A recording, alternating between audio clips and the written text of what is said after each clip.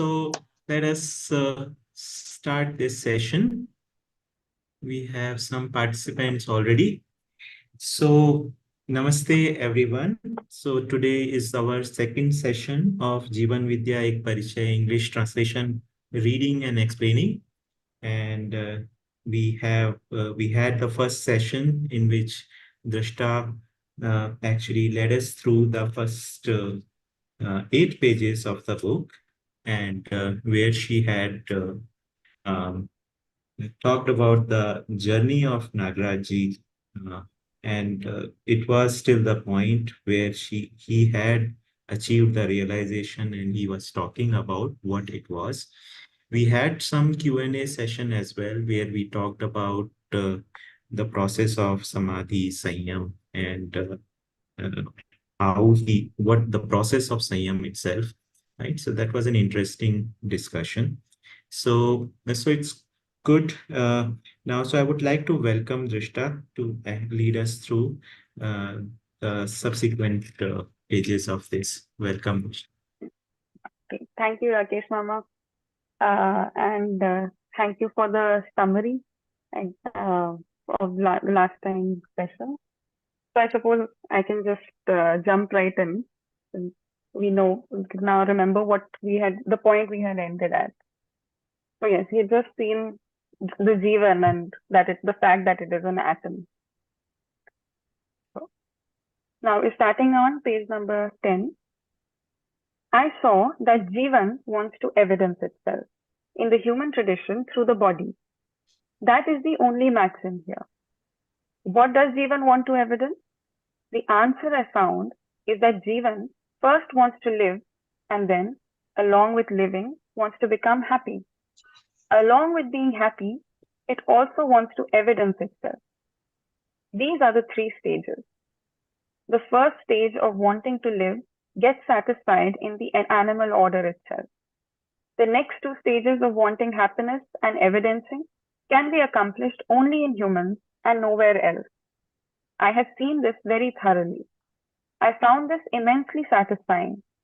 After that, in the same way, I discovered the maxim for living with happiness, living in orderliness with resolution. All the insentient world, which we call material order and plant order, is in solid, liquid, and gaseous state. I realized that there is sanyog of a great many ras and rasayan at the root of numerous cellular formations. So sanyog here roughly means the coming together, and ras and rasayan roughly means chemicals. Whatever else humans are to do, they will keep doing. I saw that the composition of the body is only from the sanyog of these substances. Both animal and human bodies are composed only of physiochemical substances. The essential difference I saw between animal and human bodies is that the brain becomes fully enriched only in the human body. Being enriched means the human brain has the capability for Jeevan to evidence itself in a multifaceted way. I have seen this precisely. So here he's talking about how this Jeevan, it is the thing that is conscious, and that is the entity that takes on a body or leaves the body. And then we had ended on the question of why does it do this in the first place? Why is the Jeevan taking on a body? So here he is elaborating on the answer that the Jeevan takes on a body in order to evidence itself, and there are 3 things that it wants to actually do. The first is it just wants to live. It wants to live in the world with all other orders. Then the second reason it takes on a body is it wants to become happy, and then it also wants to thirdly evidence that happiness. So these are the 3 motivations that a Jeevan has, and it is for this reason that it takes on a body. And to give context to this, of course, also that it first takes on animal bodies in which it can evidence the living part, but it is only living that it can evidence in the animal bodies, whereas happiness and evidence of happiness can only be done via the human body. And then he goes on to describe what this body is, what these bodies are, the animal and the human body. These are nothing but chemical compositions. And the Jeevan is able to run the human body in a different way. It is able to evidence happiness and evidence of happiness in a different way only because the composition of the human brain is such, its chemical composition is such that it is capable of evidencing that capacity of the Jeevan as well. So this is an elaboration to that question of why does the Jeevan take on the body in the first place, which links back to his question of bondage and liberation, or bandhan and moksha that he started out with from the Vedic tradition. After seeing all of this, it occurred to me that animal kind is an order in itself. It is explained and clearly defined. Similarly, I realized that human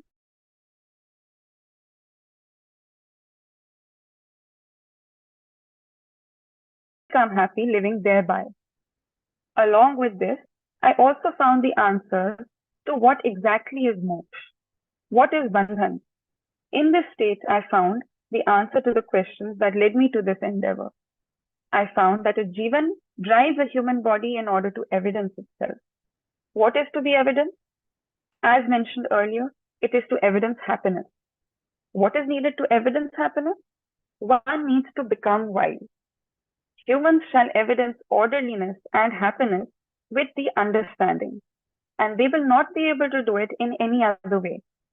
While I was doing sadhana, everybody used to say, I live with such great discipline, restraint, and precision. Hordes of people used to come to see me, but I am bearing witness that my mind had no restraint in the initial stages of sadhana. Until I attained samadhi, I did not have any mental restraint. I only had the resolve. The resolve, I have to do sadhana, and I am not to do anything silly. But it was not that the silly thoughts didn't arise in my mind at all. On this basis, I can claim that until one attains the state of samadhi, there is no method in existence for not having silly thoughts. Humans naturally don't want absurdity or such thoughts, and the one doing sadhana definitely does not want them.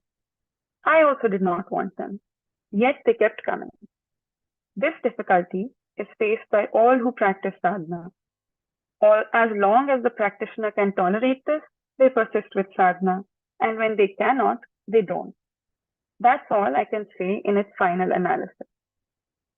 So yes, here comes the point of orderliness, living in orderliness with resolution, which is the maxim he had found for living with happiness. And here he finds that all orders in existence, all entities in existence are living in order in their own way. And there is a way for humans also to live out order, live with their inherence in an orderly way. And that is the way for human happiness. And that is only possible with understanding. He said even the people who seem to have restraint and understanding and supposedly very great conduct, such as people who are doing sadhana or saints and meditants, like he himself was, they too aren't actually fully resolved internally, as he can give testimony based on his own experience. So the only way to be really full of, be completely internally resolved and orderly as well as externally is through understanding. Now, I found the answer to what is bandhan and moksha. Bandhan is ignorance or delusion. What is ignorance? Our living like animals. How can we consider animal behavior to be evidence for humans? If we assume animal living to be the evidence and model human living according to that, then that would be a delusion for humankind. Traditions compel us to live with ignorance. Its testimony is sex-obsessed psychology, consumption-obsessed sociology, and profit-obsessed economics in the present education. It is ironic that in the midst of this, people bless their children to become good, moral, cultured, joyous, and gentle. What is the correlation here? What is the correlation between what we teach our children and what we bless them to become? I found the answer to my second question about national character as well. What did I find? Each unit in existence is orderly with its inherence and participate in the overall orderliness. I found the path for humans to achieve this as well. I discovered the definition of human. Awakened humans' work and behavior is the embodiment of humaneness. When we formulate and describe such work and behavior, that itself would be called sociology or constitution. I understood that imparting the understanding of humane conduct is the essence of sociology. In this way, I found answers to both my questions. The Constitution shall provide the code of conduct of humaneness. We can recognize the national character in the form of the Constitution. Further, when we become liberated from delusion, then we can live as humans ought to live. This itself is moksha. We don't need to turn ice into stone or stone into water. We don't need to give ritual blessings to anyone or perform any miracles or demonstrate supernatural feats. There are no miracles or supernatural feats in existence. I have seen this precisely. Even today, there are millions of people trapped in this vicious cycle. So, his two questions about Bandhan and Moksha and national character were both answered in his awakening, in which he recognized that bondage is nothing but our delusion and liberation or moksha is nothing but our understanding. And what is delusion? Then to model humanity and human living on animal living, that is the ultimate delusion that we live in. And understanding what humane conduct is, therefore, becomes liberation and understanding. So this, he's saying, this was the answer to both questions. So national character is understanding humane conduct, and codifying that becomes the codification of humane conduct becomes one's constitution.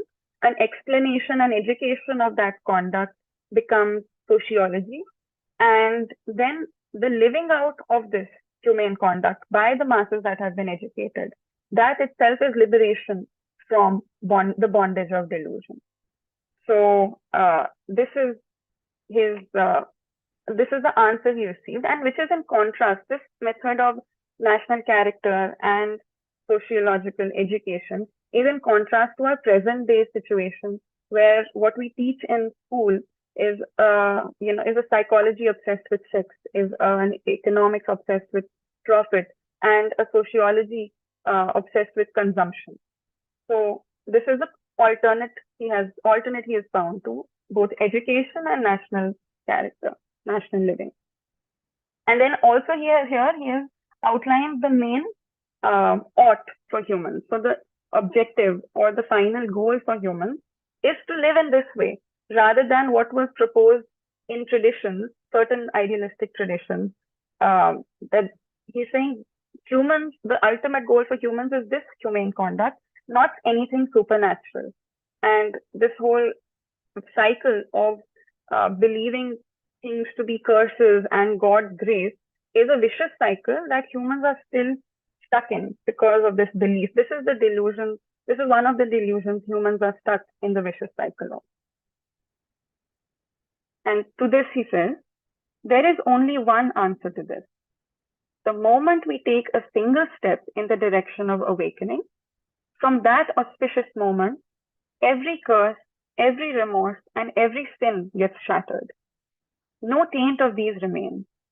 This can be illustrated by the analogy of how we learn mathematics. One could do a math question wrong 1,000 times, but once one has learned to do it right, then it becomes right for one's whole life. One keeps making mistakes, and a new mistake is made with every attempt until one learns how to do it right. If a math question is given to 1,000,000 children, and if they all do it right, then they will all come up with the same answer. If all of them were to do it wrong, then we could get 1,000,000 different answers from them. Any common person can easily do this survey. With this, I discovered one more maxim. We humans are one in the right and many in the wrong. So, when I saw existence, I discovered a wonderful maxim. existence has only two kinds of realities. First, there are things that can be counted as units, which we call nature. Second, there is a reality that pervades everywhere, which anyone can understand in a moment.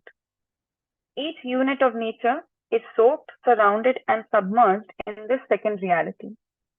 This can be called omnipresence.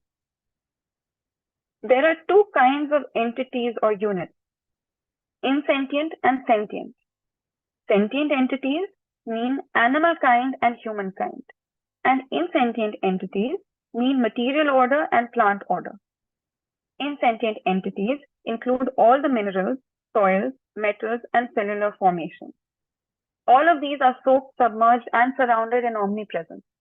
I have seen this precisely. There is no provision in existence to separate units of nature from omnipresence. Humans cannot create that for which there is no provision in existence. So here we've moved on to a new area. Before this, earlier he was talking about the fact that this thing that we have considered traditionally to be curses and God's grace, these are all nothing but part of our delusion. And we get freed from this as soon as we take a step towards awakening. And how I understand it is that what are things that are generally considered curses or God's grace are basically situations that we find ourselves in, that we feel we have no control over. But as soon as we move towards understanding, basically we are moving towards empowerment.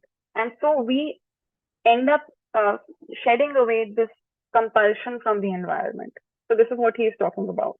And everyone who moves towards awakening will be able to be empowered and move and change their environment in the direction that is suitable for humanity.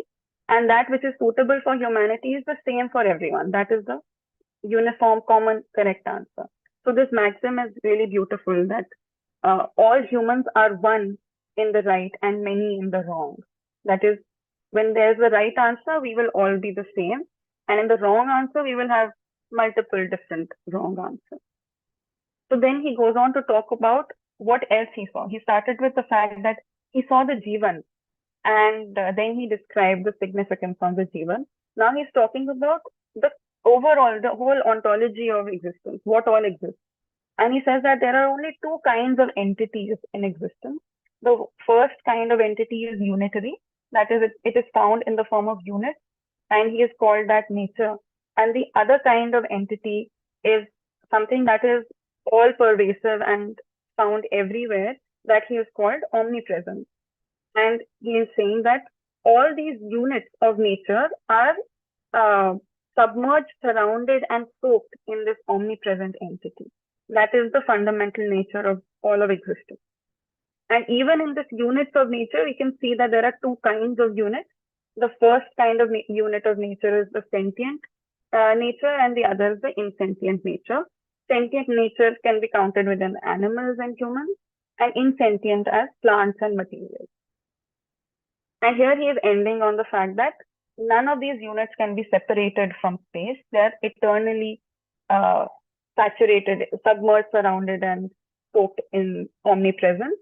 And humans also cannot do, so since they cannot be separated from omnipresence, humans also cannot in any way separate them from omnipresence, because there is no way in which humans can do things that are not provided for in existence. And so then he goes on. Humans achieving anything contrary to the usefulness of what is provisioned in existence leads to nothing but devastation.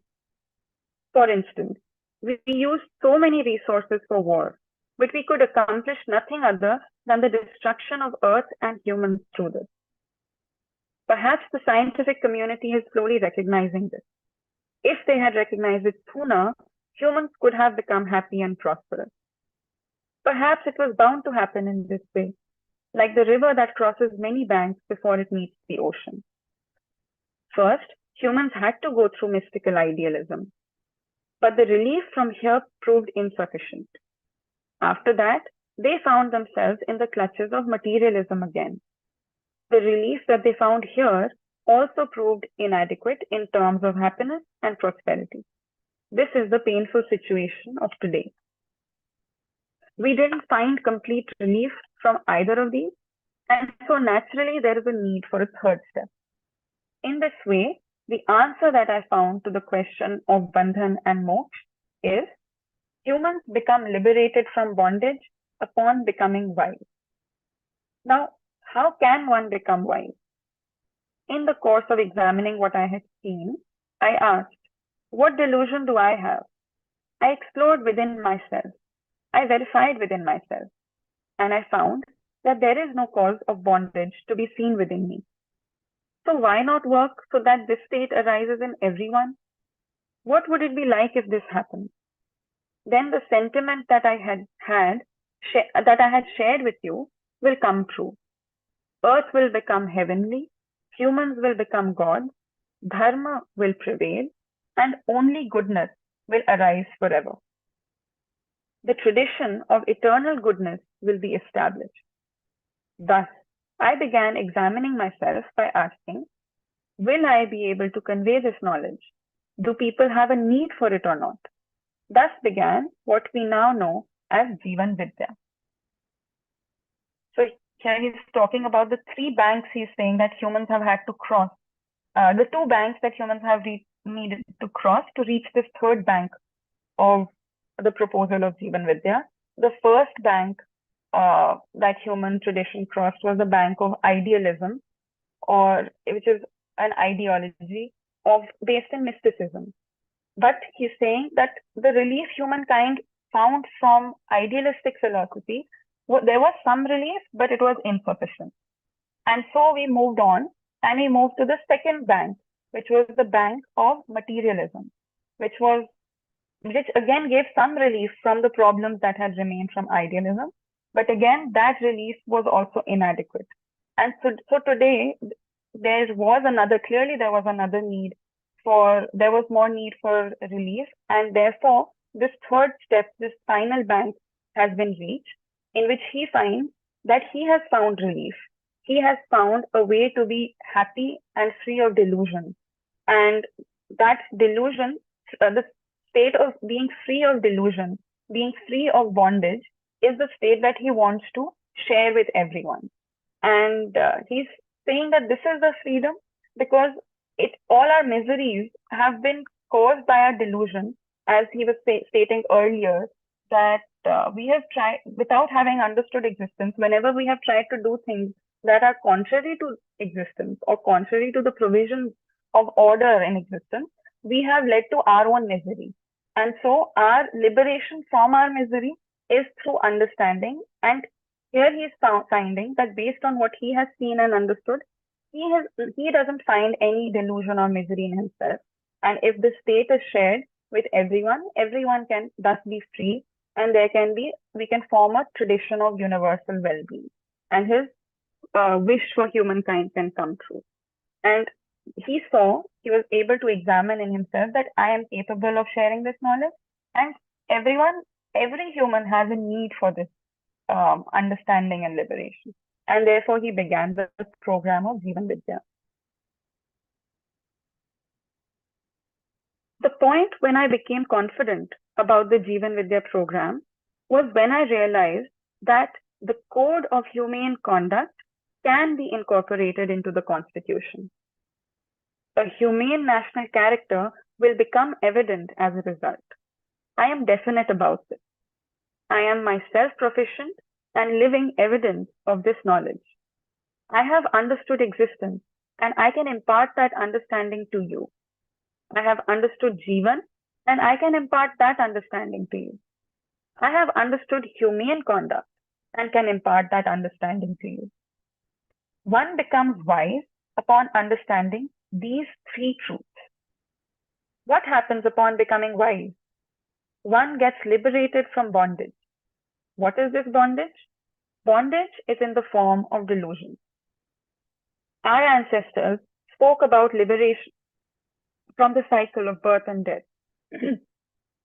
The cycle of birth and death has nothing to do with liberation. Nothing arrives at birth, nor does anything depart with death. all that is, exists forever. Jeevan continues to exist even after death, as it does while driving a body. A piece of charcoal continues to exist in other forms even after burning it. The scholars of physics and chemistry would have understood this, and if they haven't, they are bound to, as is everyone else. This is how one arrives at the understanding of truth. At the fundamental level, an entity never gets annihilated.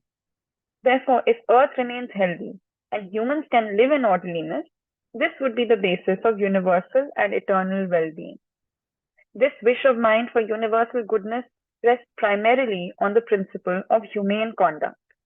Humane conduct is the main pillar on which this wish of mine for universal goodness rests. So here he's talking about the fact that humane conduct is something that can come into education, and the education will be on these 3 points. What is the Jeevan? What is existence? Sorry, what is existence? What is the Jeevan? And therefore, what is humane conduct? And when we understand this, that itself will be the liberation. That is understanding. And understanding this is the liberation from delusion. And that all the other kinds of liberation that were talked about in tradition, that is the liberation from birth and death, that is not the kind of liberation that really exists as Baba saw it. There is no birth and there is no death. Entities exist in different forms forever, as has also been understood by scientists. So the thing to be educated on is humane conduct. And for that, we must understand existence, Jeevan, as well as humane conduct. The big benefit from this understanding will be that humans shall live on this earth forever, without wounding it, without tearing its guts apart, and without destroying it. The way of such living also emerges from this very understanding. Earth needs to first heal itself. आज Wednesday है ना? Whatever untoward events that humans have caused in their history until now, all those were results of their ignorance. Humans inflicted wounds on Earth, tore its guts apart, caused it fever, and deformed its surface in many ways. As a result, rivers and streams got destroyed, air and water became polluted, and we all know the immense suffering it has caused to humans. If Earth suffers, then all of the flora, fauna, and humans that reside upon it are bound to suffer as well. You can very well imagine what kind of people would have envisaged health and happiness by wounding the planet. The silver lining in the cloud is that if we stop disturbing its natural balance, then it is a matter of reassurance that Earth's surface has abundant resources for all humans to live on it. Mistakes, crimes, injustices, and revolts are the outcome of human ignorance, not of their understanding, the testimony for which is imbalance everywhere. Along with humans, earth, rivers, streams, hills, forests, everything has become imbalanced. We humans committed all these crimes in the scientific age, yet we haven't stopped boasting about science. We think science will find a lasting solution to this situation, even though the human race is on the verge of being wiped out from Earth. We need to pay attention to this. Humans will have to become wise whenever they decide to avert this problem. There is no other way. So here he's talking about all the crimes that humans have committed towards the planet, towards all the other orders, and of course that leads and towards each other. All of these are nothing but a consequence of our illusion, or delusions, ignorance. So all of our devastation and misery, the cause for all misery and devastation, has been nothing but our lack of understanding. And therefore, the solution to all of these problems also lies in nothing but our understanding. And of course, understanding has already been outlined. We must understand existence, Jeevan, and humane conduct. Crime cannot be controlled with ignorance. Though through constitutional means or otherwise, a crime is still a crime. All the nations on this earth have their respective constitutions. Each of these constitutions has three main agendas and a common theme. Power-centric rule. Power-centric rule gets implemented in the form of three activities: stopping a mistake by making another mistake, stopping a crime by committing another crime, and stopping a war by waging another war. Yet, there is no evidence anywhere if these three actions could rid us of crime. Rather, with every passing day, month, year, century, these three have only been increasing. History is full of accounts of wars becoming fiercer, crimes getting more prevalent, and one mistake leading to another. The pages of history give testimony to this. If we search for its root cause, we find that these circumstances were caused by humans only. The other significant factor is religious laws. So, speaking of crimes, he's talking about the fact that all the constitutions on this earth or political systems are all based on a maxim of power-centric rule, the theme of power-centric rule. And so he was talking about ignorance, and he's saying that ignorance, whether it is constitutional, whether that ignorance is sanctified by the constitution, or whether it's from some other means, ignorance is still ignorance, and therefore crimes are still crimes. So even if constitutions are promoting crimes, that doesn't change the fact that they are still crimes. And all constitutions of all political nations have been promoting crimes because their major way of solving problems has been to solve one mistake with another, one crime with another, and one war with another. And that has not led to any results. So this is the political way in which we have propagated crime is this sort of power-centric rule. And another way in which crimes have been propagated, he's saying, is or ignorance has been propagated is through religious laws. All religions hold the belief that humans are fundamentally sinners, ignorant, and selfish. However, the reality is different from this. Each religion still prescribes its ways, ideals, duties, responsibilities, and practices for deliverance of sinners, turning ignorance into wise, and turning selfish into charitable. This is very clearly visible. What is the net outcome of these efforts?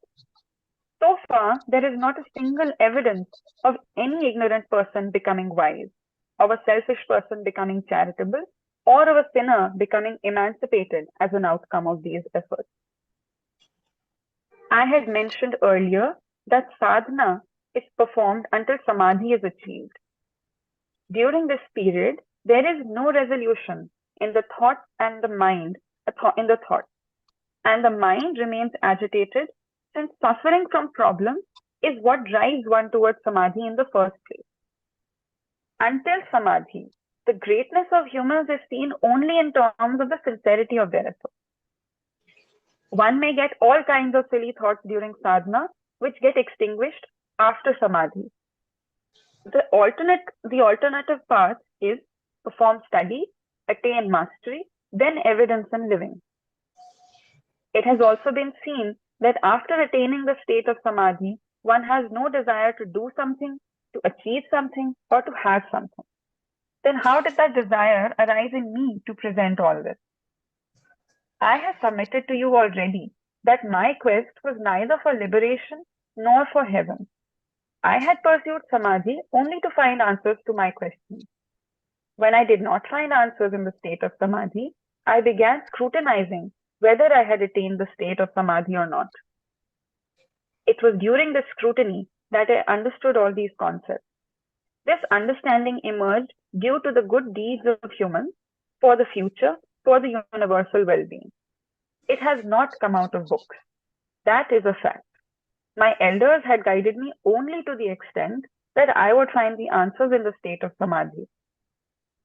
I performed Sanyam to find evidence of whether I had attained samadhi or not. On that basis alone, these insights emerged. Okay, so up till now, he is talking about the second way, the reason why crimes have been propagated, which is because of religious laws. And though all religions have tried suggesting different ways of how humans can become emancipated or be freed from crimes and sin, they have failed to do this. They have failed to evidence this. And here he is saying that even the what he has done can also be considered emancipation of sorts. And he did get guidance from a religious traditional system, but he is clarifying that the only guidance that he had received from that religious law or system was only till the point of samadhi, the fact that he might find his answers in samadhi. But that was not the case. And he only went beyond samadhi because he had not strived for samadhi in order to follow what the scriptures had said, which is what they suggested: go for samadhi because it will liberate you and or lead you to heaven or something like that. He had gone for samadhi because he had certain questions towards the tradition, regarding the tradition. And therefore, he was not satisfied even at samadhi. And therefore, he went beyond it. So the rest that happened, the reason he became liberated in that way was thanks to what he is saying is the goodwill that humankind has collectively achieved by their good actions. So it is not through any particular religious tradition that he reached there, but through the collective goodwill and for the collective welfare of humankind as a whole.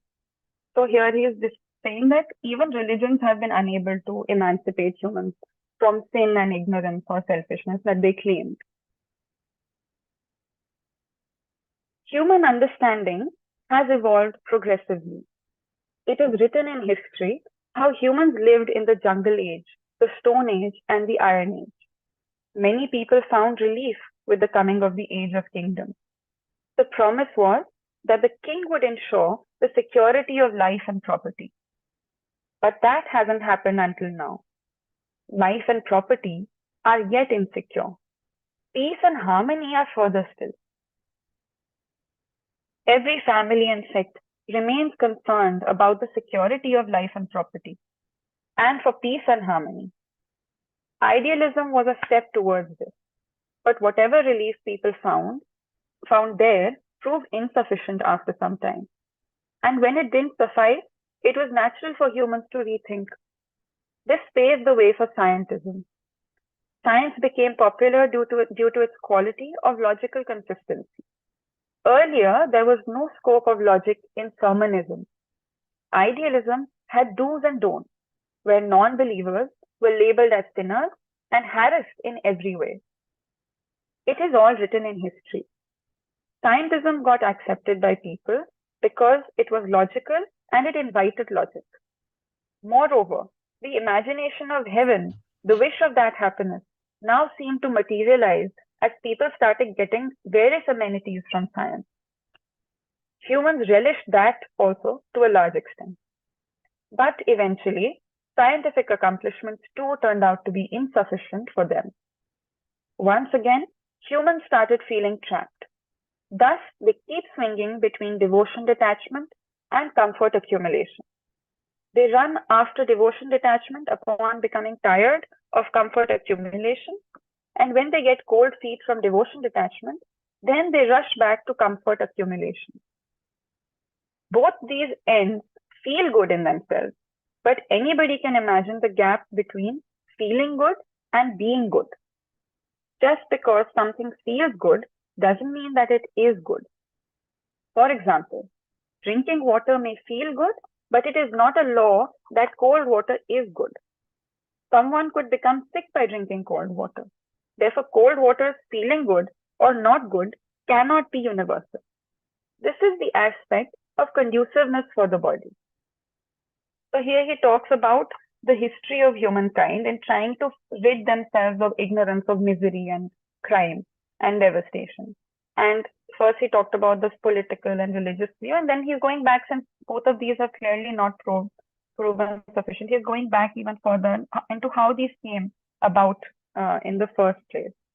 And how that happened was from the jungle age to the stone age to the iron age, humans developed a political system of kings and kingdoms because they believed that that would help them protect their property and life.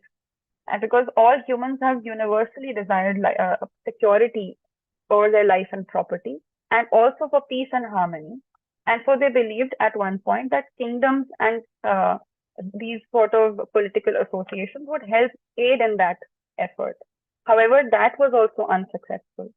Then, then there was this idealism that emerged, and idealism, as has been mentioned, is this mystical idealism or a supernatural philosophy. But whatever relief that provided in terms of what was told as God's plan and the way that God has prescribed for humans to live, that too proved insufficient because it was based on faith and there were a lot of dogma of do's and don'ts. And if you did not feel like it aligned with your, if you didn't align with this, you were harassed, you were called a sinner, and tormented in various ways in different cultures, which has been noted down in history.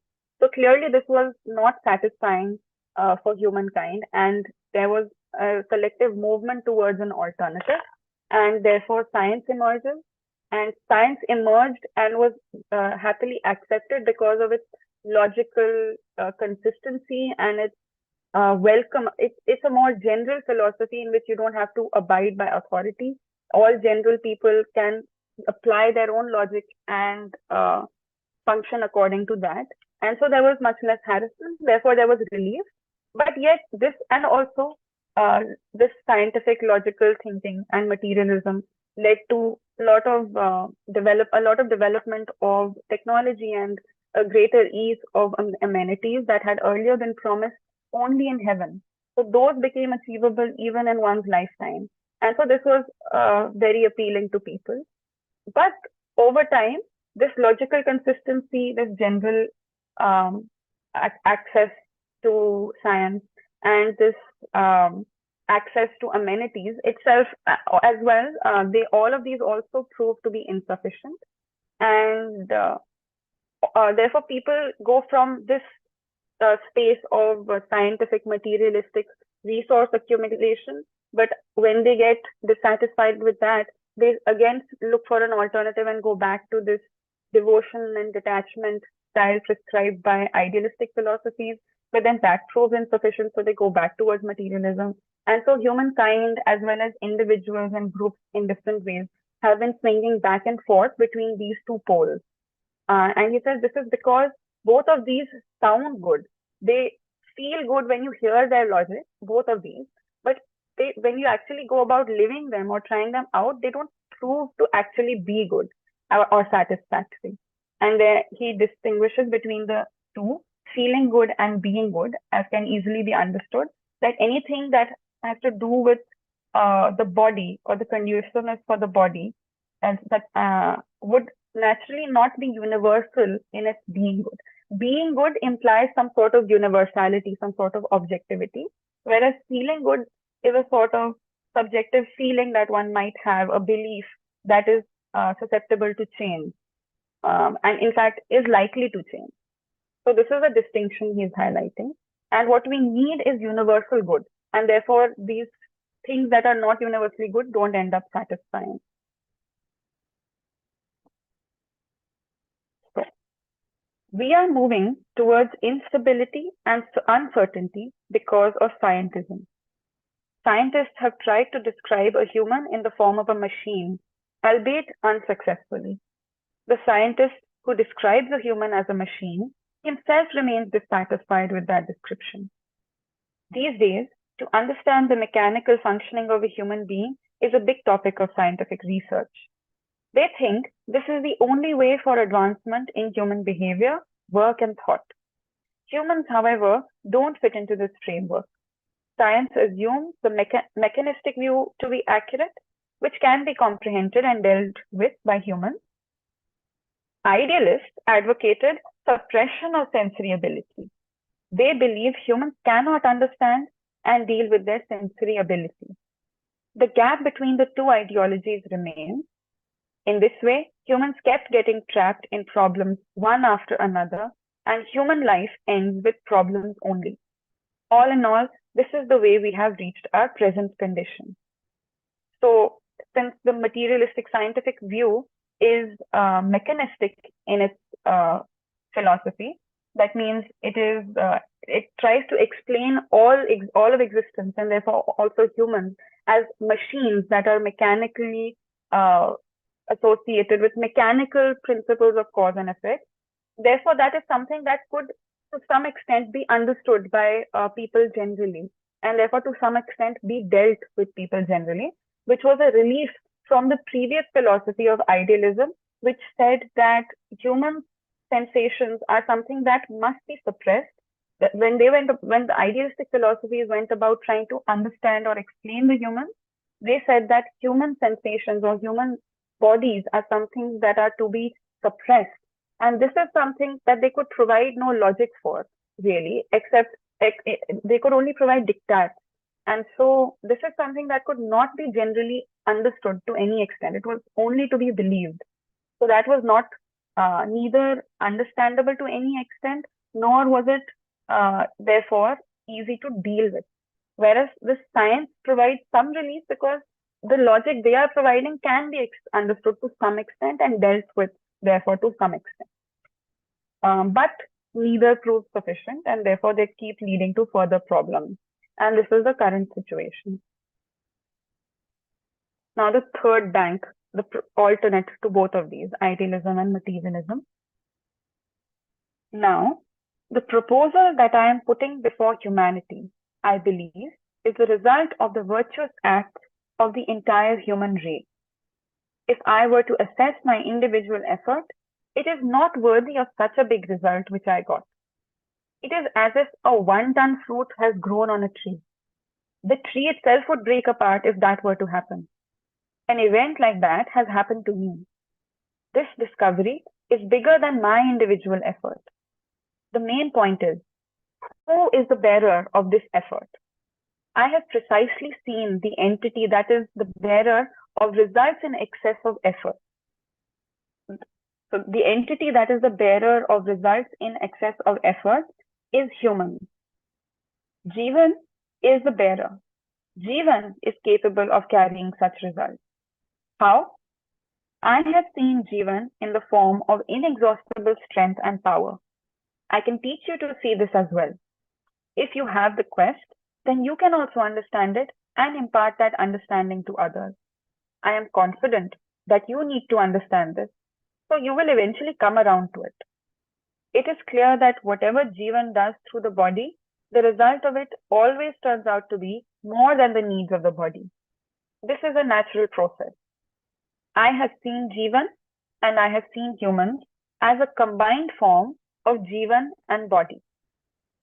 So here he is expressing his gratitude to humanity and all the virtuous acts that the human race has done up till now, because he feels that this knowledge or understanding that he attained was a result of all of that collective effort and not a result of his individual effort, because what he has received is much greater a result than the little individual effort that he put himself.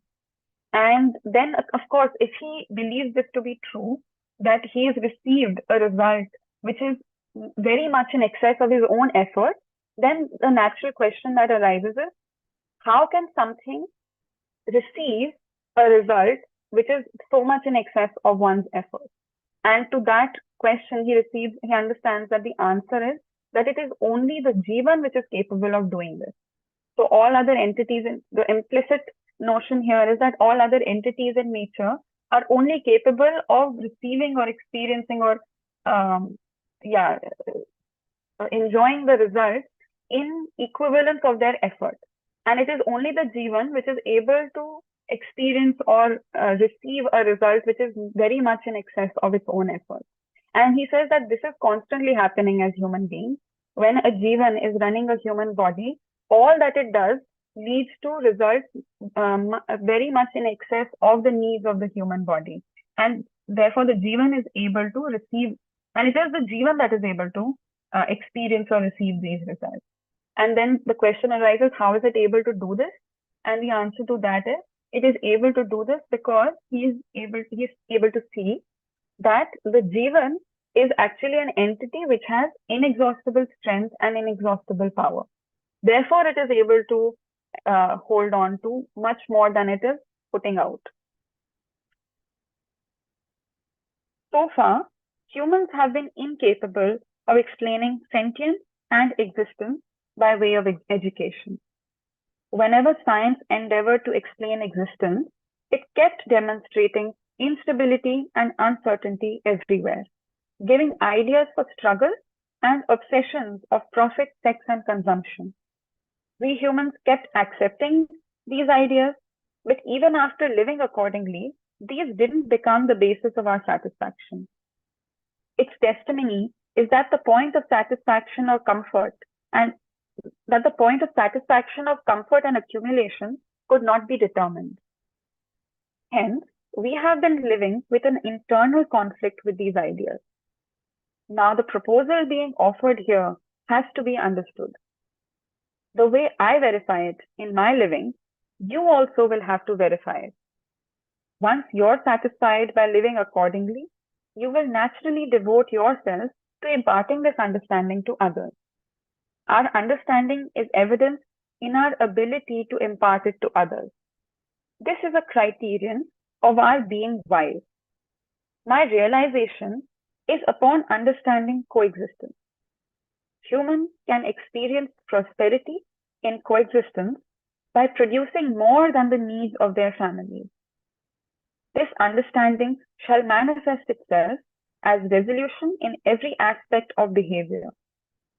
I have seen these three, coexistence, prosperity, and resolution, and how our consciousness expands in the course of teaching and evidencing these, while the body remains with its physical limits.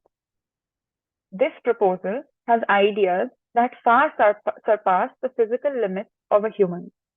Every human has that ability and longing for kindling enthusiasm for this understanding in them. That's the meaning and purpose of this proposal.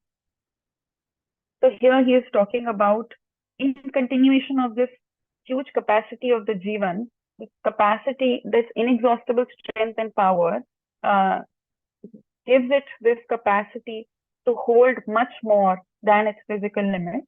And that much more is in the form of understanding.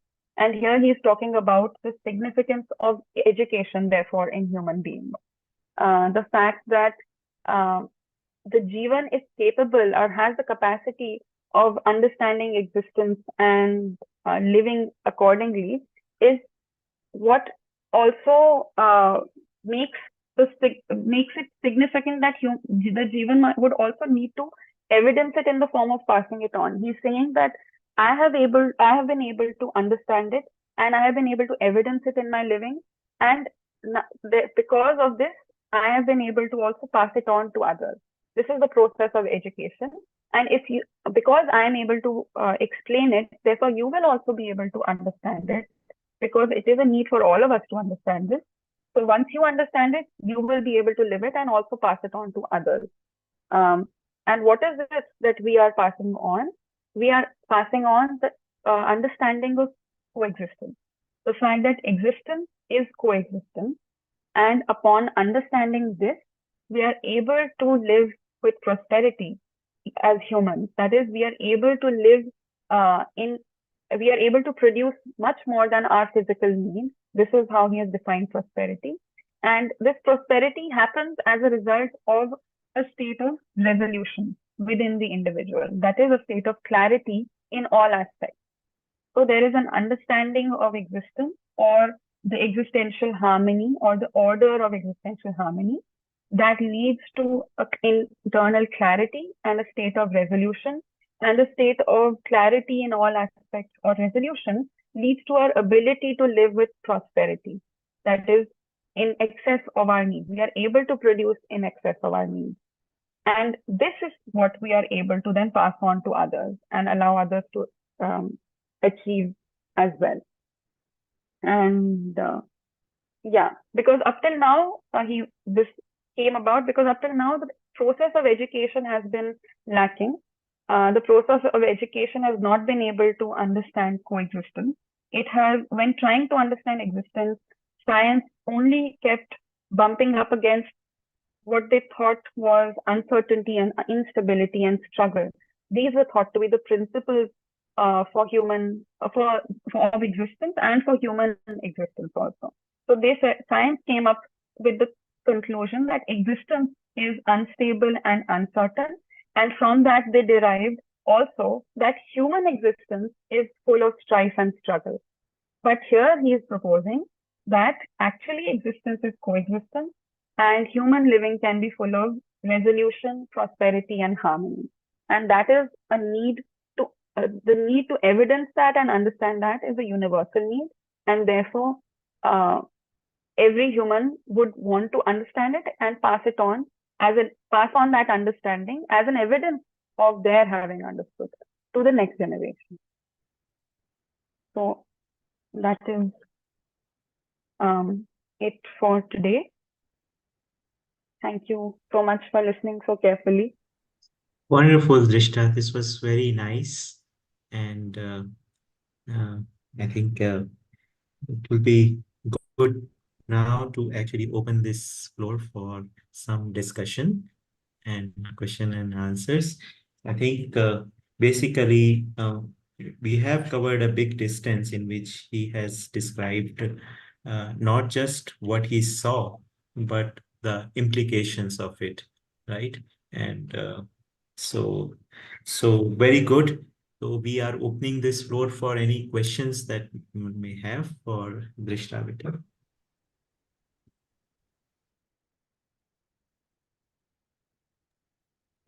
Or anything that you would like to ask or basically to have this discussion going further. Namaste, Bhaiya. Namaste, Didi. Namaste. Actually, I have seen you first time and I have never heard about you. So first, I would like to know something about you. Oh, my name is Drishta and Drishta Gopala, and I've been associated with Jeevan Vidya somehow my whole life because my parents were students of Jeevan Vidya since before they got married. My parents are Ashok and Sheila Gopala. And so, yes, my journey begins with observing all them and all of their friends, one of many of whom are actually around on this call itself. And having grown up with them and with my parents and their friends studying JV, I was actually interested to see that I was curious to see what the people that I looked up to and admired were so involved in. You know, as I was growing up, I realized that they were involved in something that is different from the mainstream. You know, they used to go for these workshops, they used to go to Amarkantas, meet each other, have these discussions. So I was curious what that was all about because these are people I liked and I could see that there is something different about them from the rest of the world. And I wanted to see what it was that all these people were, you know, so interested in. So that I think began my own journey with studying JV. And I think this is what we were just also talking about, the fact that when we understand something and we start living according to it, we are bound to share it, and that is bound to be inspiring to others because that is something that is desirable universally. So that is how I see this process. So I think before Baba, it was my parents and all their friends that were inspirations to me. And through them, I reached Baba. Of course, I knew him since childhood, but I didn't know what his living was like or what his understanding was like. And so around 2007, I started, that was when I decided I wanted to do this properly. And I did my first workshop in JV, introductory workshop. And since then, I continued pursuing it. It was very interesting. And I was in school. So having done that workshop, it kindled my interest in everything that was even going on in school because it gives you a sense of framework of meaning and relevance. And so then everything becomes interesting. Science becomes interesting. Social science becomes interesting because you see the meaning, why it is necessary to understand any of that. So, yeah, I think JV is the reason I have been interested in education. And yeah, so I began studying it through introductory civils from 2007 till 2010. 2015. And then in 2016, I did my 6-month Adhyan workshop, in which that was a great experience with all our batchmates, in which we got to study for ourselves on our own authority what we could understand of what Baba had written. And yes, so it's been a journey from there in which that is where I could say my own clear understanding. I started to form my own sort of interpretation or understanding of the content, and then became involved in the various projects around JV. Yeah, introductions can be very long, so yes. Okay, now it's another year. It's great to see you, to see people like you who are exploring in this age group, and the intensity I could feel. I was listening to you. So right now I have this only. Thank you so much. Thank you. So nice to hear this, Drishta. We have seen you grow from a young girl to a very learned lady, and I have a lot of respect for your understanding and logical approach for things. Many of the things that you have inherited very aptly from Ashok Bhai. So it's wonderful to actually listen to you. Yeah, and great to see the young generation actually uh, ready to take the baton forward, right? So feel so good about it. Mm. Yes, yes, I have the same feelings. When I joined little bit late, but so that when I was listening to her, I felt the same thing, and really it is a great hope which we can see uh, through the star, and that is a hope for new generation. We can say uh, these type of children are ambassador of Jeevan Vidya, will be ambassador of Jeevan Vidya. Yes, indeed. It's also great to have so many other companions in this process, in the same age group. Yes, yes, that's the hope. That's really the hope. Great. So, any other thing that we want to discuss? Anything in this meeting? We can have that discussion. I think the book actually, Jeevan Vidya Parichaya, though it is an introductory book, I think it is a very important book in a sense that it covers a whole range of concepts, and it is uh, while when he writes darshan, there is a formalism to it, right? There is a sutra and this, but here he is actually pouring his heart out and is speaking uh, that what exactly it is and telling the things as it is. He's talking about his process of sadhana, and he's saying he is making no bones about it. He's saying that yes, I did have the silly thoughts even in the stage of samadhi, in the stage in of sadhana. But as one moves closer to the things, then they start becoming less, and the samadhi is the state which is devoid of all thought, right? So I found it very interesting that the way that Babaji has talked about it. And as we move further in this book, he has touched upon a whole lot of things, that what it means, what implication does it have on psychology, implication does it have on economics. So if we look at it, it is a book about giving a bird's eye view of what this discovery is, how this discovery happened, and where it will, what possibilities that it has ahead. Kishan Bhaiya, anything? Yes, yeah, I'm second time meeting you online. Yes, indeed. See you every time, and I think I have given the Sambodhan like Didi, but I think for Drishta, it is better if I call her Vidya. But now I have I have one question here. Mhm. Because on other platforms also I have asked this question, but for more clarity, I am putting this question. Vidya can answer, or also you or anyone can answer it. I just wanted to know here the details Babaji has shared about Samadhi and after that Sanyam.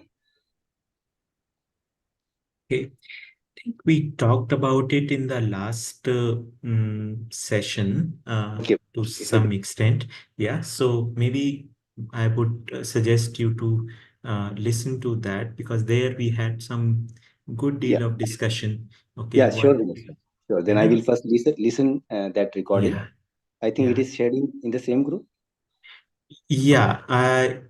Yes, it so there is this group. I have the Telegram group, and there is various groups that are there where invitation for this are sent out. Over there, I had also shared the YouTube recording of the session. So if not, you can just drop me a message. Sure. I'll reply to it. Yeah, Hmm? sure. Sure. Then if I What we listening. can do is we can create a group for this particular sessions we are doing.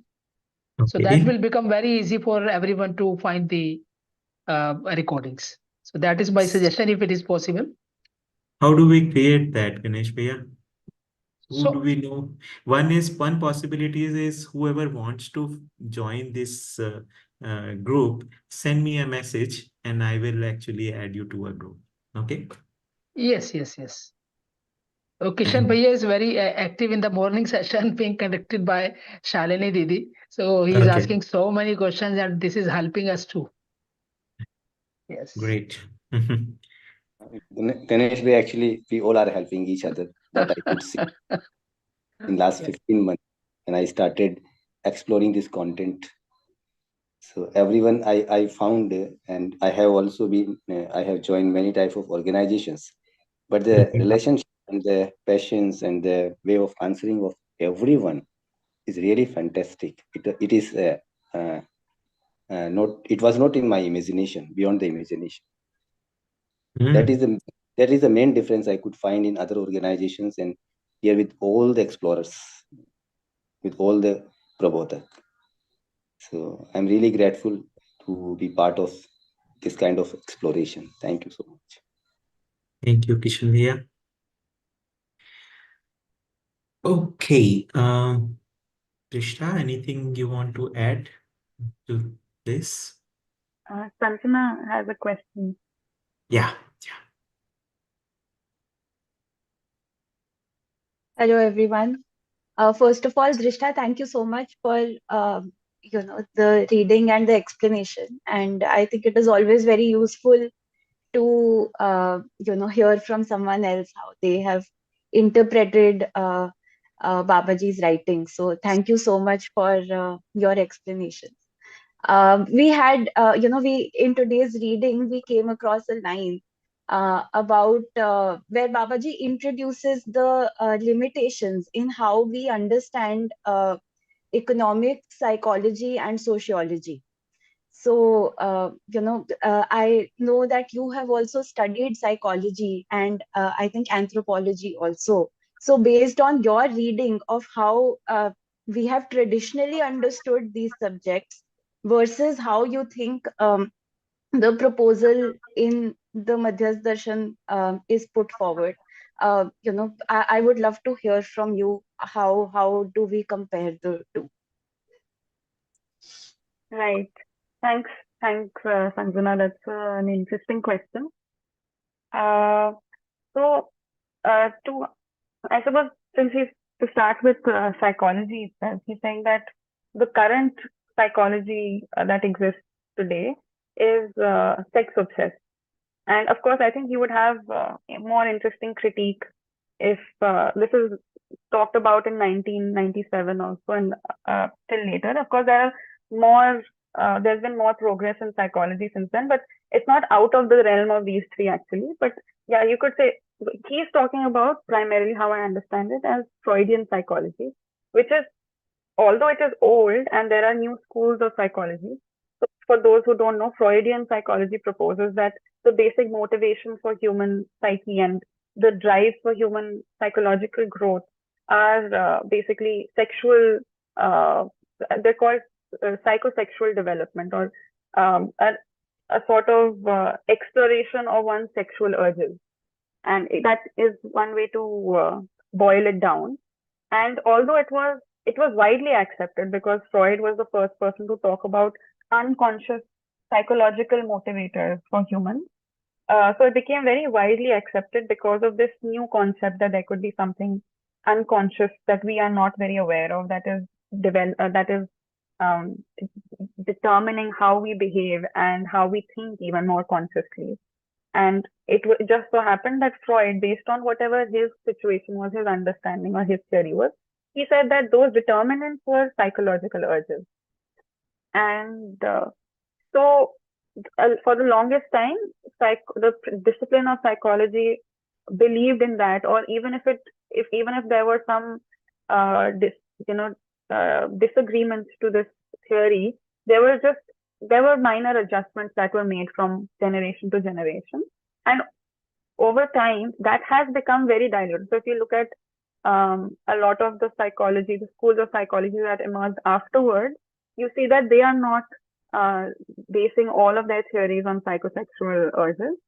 But however, you still see that even today, Freudian psychology is still very, very prevalent. Like even if you look at school textbooks, no matter how much progress might have happened in the discipline of psychology academically, school textbooks still give that as a major portion of the study of psychology when you start in 11th and 12th. And even if you were to study it in graduation and undergrad, that is what you start out with, and a major portion of the curriculum is to understand Freudian psychology, even though it has been actually debunked or dismissed by a lot of the practitioners.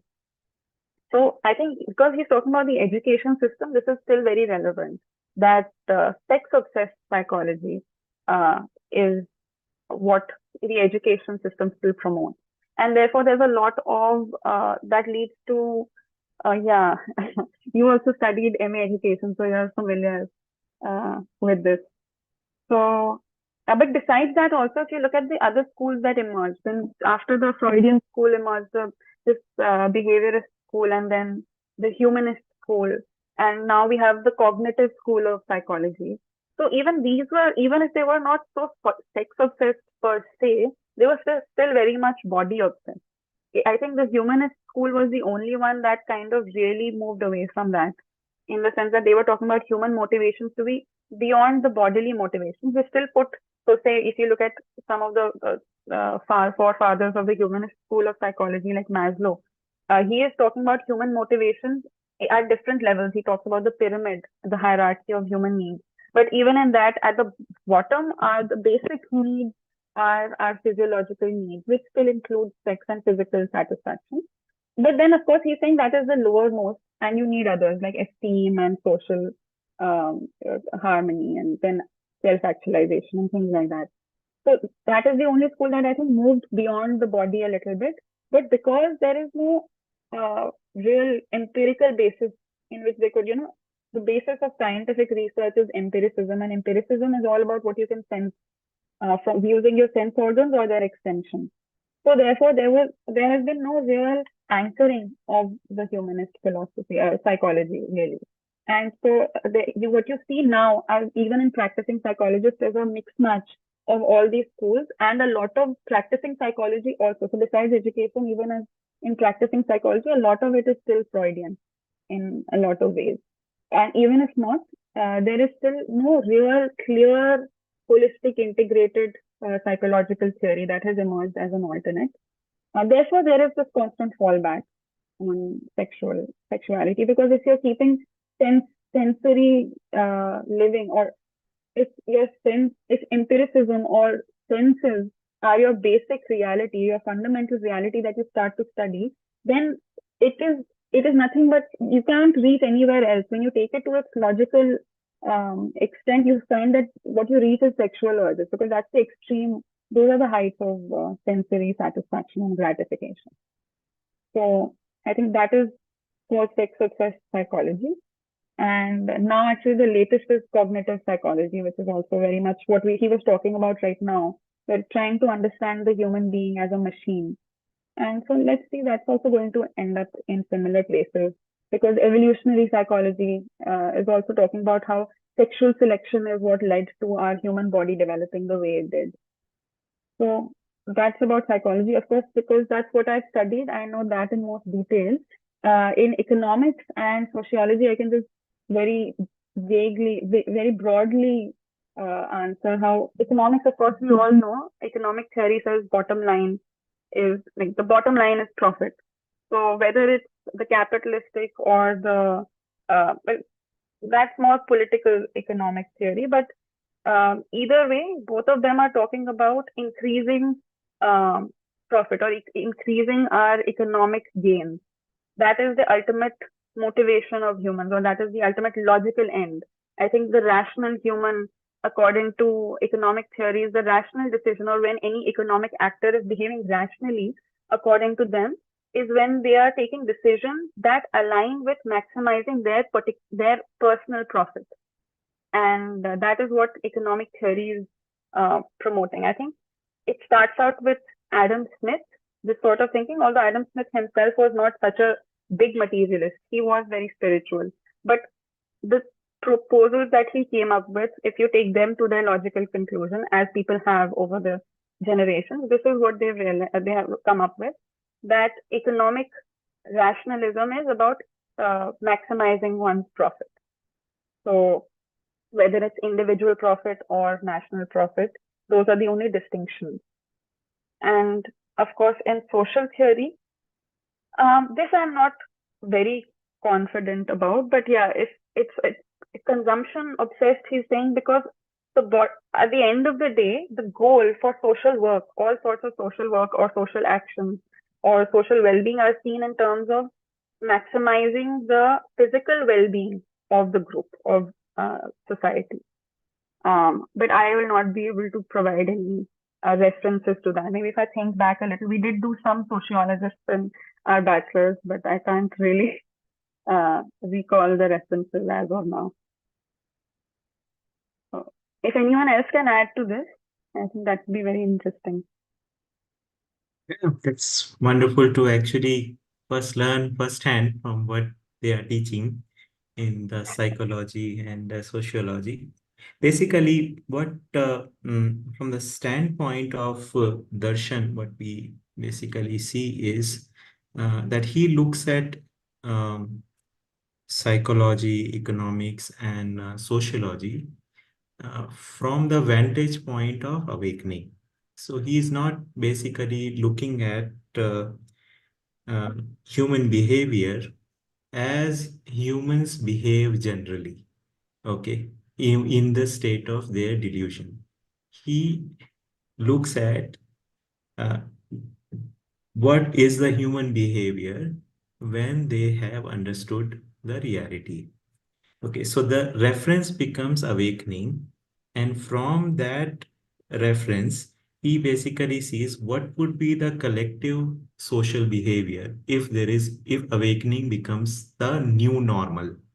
Okay, and then he says that, okay, if that is the reference, then what is the progression towards it?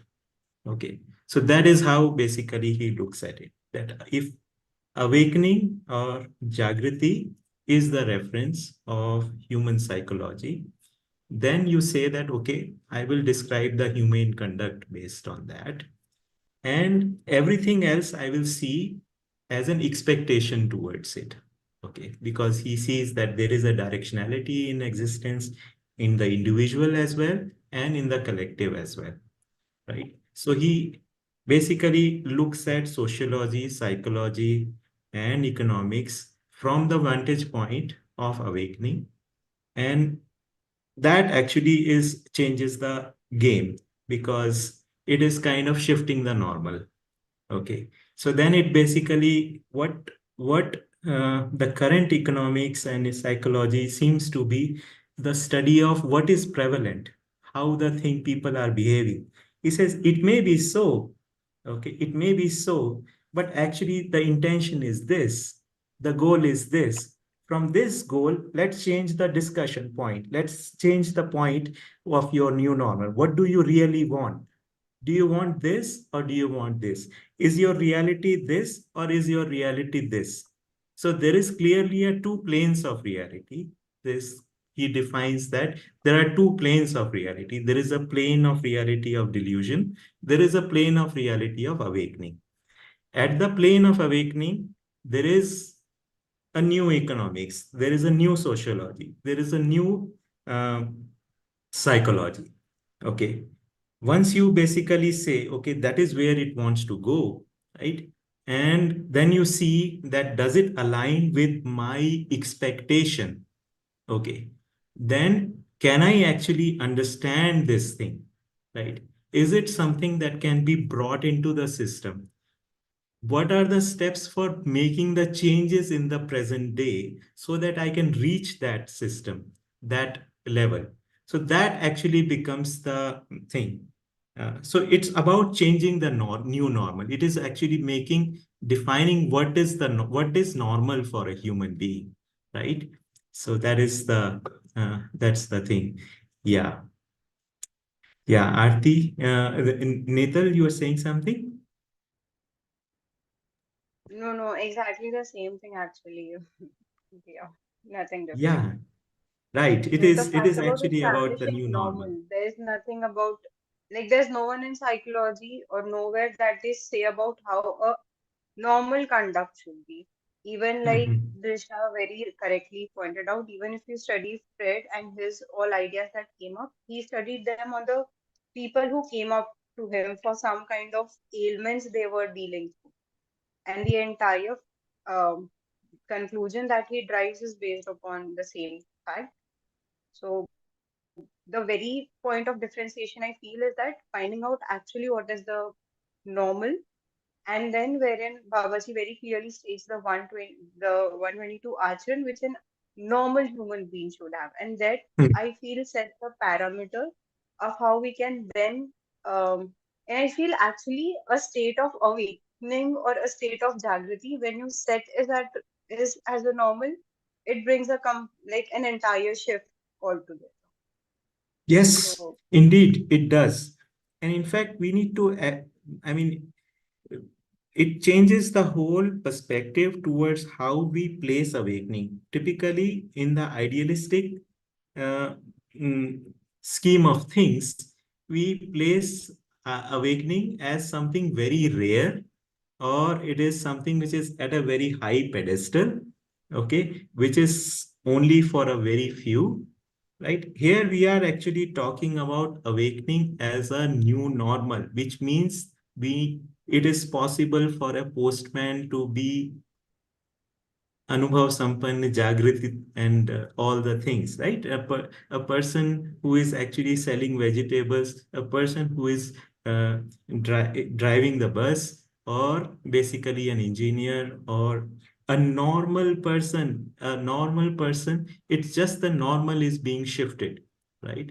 So that is the thing that we are talking about, and that makes the uh, if we can actually understand this crucial distinction, right, what it means to actually shift the normal, right? Maybe it is actually, we will act, we, I think that our approach towards understanding Vidya also will change, right? It is something which can be learned by way of education. There is no mystery in it. There is no meditation involved in this. There is no there is no miracle involved in this. We are talking about certain latent capacities in us which can be understood if we actually understand it is about shifting the normal. Yeah. Wonderful. One So, Hanji. to just join in with Netal, I think it brings out a very important point about the fact that this is the first time normal is being defined, actually. It's not like we Hmm. had any normal before this, because even when we study psychology, we are taught that actually, if you look at all sorts of psychological pathologies, we all of us all of us lie on somewhere on the spectrum of psychological pathology. So all of us have these pathologies to some extent or the other. It's just that some people are beyond a certain limit and others are not. But we still are on that spectrum of pathology. So actually, it's being defined over here. What is normal is being defined for the first time, as Netal is A very drawing important attention point. to. Very important point that actually it's What not about shifting the normal, it is actually defining the normal, exactly? right? So Hmm. that And along with makes a it, lot what of I difference. uh, Mhm. and there's one more thing And I feel like whenever we study any kind of curriculum, specifically talking about psychology, it very clearly seems that one theory, whenever new theory came, it came striking down the previous one. But when we talk about a thing which Babaji propounds, he says that this is it, this is how universe is. And मतलब अस्तित्व में है. So there's no fact about denying anything or just striking down on something and establishing my perspective. But it is how it is, and we are just like he's just showing the true thing which exists. So there's no point of we are not anywhere showing that Fred did something wrong or maybe Carl Rogers came up and his theory is wrong. But all what we come up with is this is what how it actually is. So this also I feel is a very um, even actually the way you see it from is different because until now in the entire history of curriculum and education wherever you see it's not about putting your point right at first place. It seems like striking down someone else so that you can establish yourself. So this is also which I feel is one of the major point of difference. Yes, indeed. Actually, ये पहले ऐसा ही approach रहता है तो do the खंडन of the past and do the हाँ, मंडन of the things. So you first actually destroy the previous things by finding flaws with it, and then after that you establish something. What Babaji has done is that he has positioned his whole thing as vikalp, right? So he's correct. saying that I'm not basically going to say that, okay, this is, I'm going to not saying that this is, you add this thing to there, this was wrong over there. That's not what he's saying. He's saying that this is the reality and I'm putting that forward as as the alternative, right? So, so very good point. Some of the things that you guys said have brought my attention to that as well. तो बहुत अच्छा लगा. It's very nice. another question, what is normal? No. Yeah, indeed. What is normal is जिसको यहाँ पे मानवीयतापूर्ण आचरण कह रहे हैं, या the what we are calling is that the humane conduct, right? That the humane conduct is being defined as the normal, that and and a human being a combined expression of Jeevan and Sharir, and Jeevan being awakened is the normal, right? Jeevan actually operating, human operating out of understanding, and the orderliness of humans, that is the normal, right? So the way he actually defines is that the material order has a normal, and the same way plant order has a normal, animal order has a normal. Similarly, humans as a knowledge order, they also have a normal, right? And that normal actually is what humans have the directionality for. They are naturally inclined for that, right? And it is possible that, and they have the need for that. So from his vantage point, he is actually saying that everybody uh, uh, is actually inclined towards it and has the natural expectation for it, right? And has the capacity of actually understanding it because they have the imagination, right? So, so I guess this is about time for today, and we can maybe continue our wonderful discussions in the next session, which will be conducted by Spencer. Look forward to hearing you, Spencer, in the next week, on this Saturday, in fact. Right? Today is Wednesday, so we'll meet on the Saturday. So thank you very much, everyone. Thank you, Drishta. So nice to actually hear you this time. I hope that you'll continue with all the sessions and join in the Yes, yes, discussions. Yeah. yes. Yes. Thank you very much. It- Thank you, Drishta. Thank you, everyone. Yeah. Thank you. Thank Look you. forward Bye. to the next session. Good night. Okay. Bye. Thank you, Drishta.